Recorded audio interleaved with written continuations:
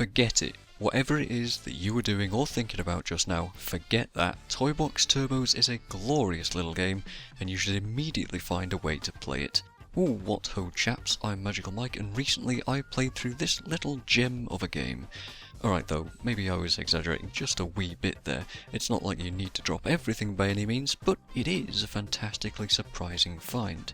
This is a Micro Machines game, through and through, even though it doesn't have the license or the name.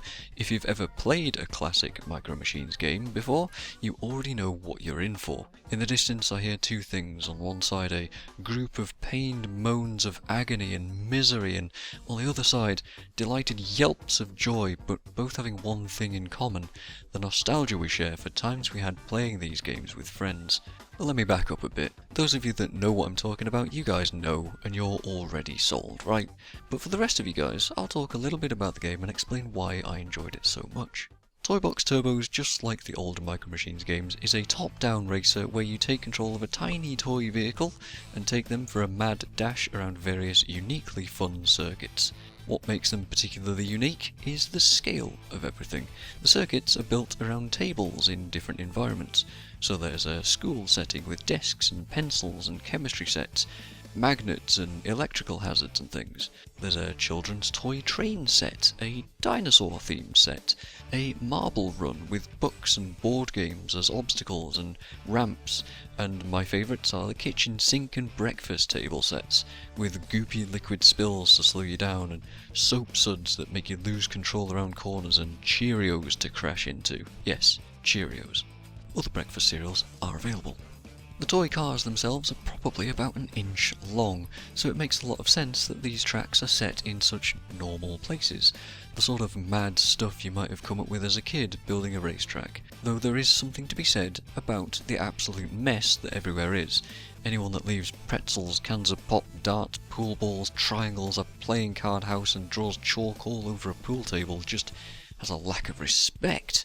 But you have to admit, it makes for some fun racing to go flying around, dodging pool balls that can crush you, flying over card jumps and going into the pockets as part of the intended route. Codemasters have a blog post that you can read about the levels themselves, which I found quite interesting, but I'll quote this particular paragraph wholesale. A point to call out is the varying elevation of the spaces that we put into our tracks. It might be an obvious point, but it's worth highlighting.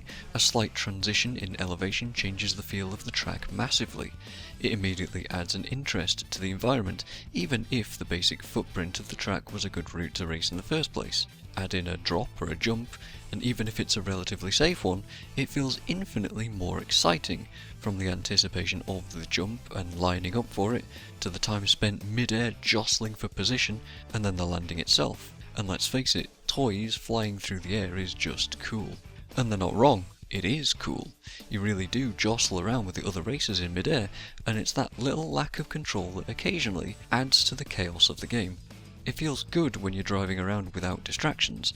The controls are actually very smooth, but overcook a corner a little bit and you'll find yourself sliding, losing grip, and then losing speed and overall time. The game's deceptively simple looking, but has some neat mechanics that you'll find in a more serious racer, like slipstreaming and using racing lines to go fast, which is quite unexpected in a game like this.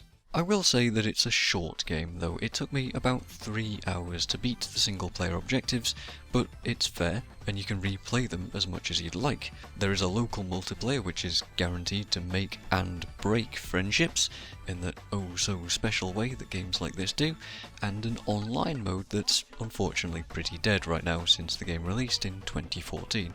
But hey, you might get lucky and you might find a game here and there. There's various types of races to do, like time trials, escape races where you have to outrun a mysterious blue goo that's chasing you, standard racing against opponents, countdown where you have to collect clocks and avoid mines on track, overtake events that ask you to, well, overtake a lot of other cars, and elimination where you have to try and leave your rivals in the dust and move the screen focus away from them to score points.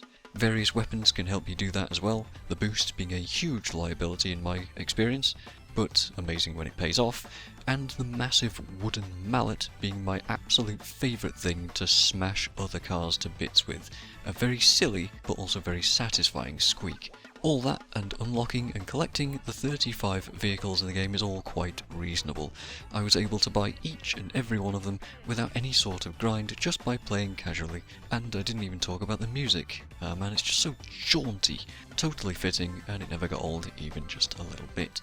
Overall, a simple yet fantastic little game I'd recommend. I mean, in what other game can you ramp a tank over a volcano at 100 miles an hour while dropping an EMP on someone? Checkmate, or something. Cheers for watching.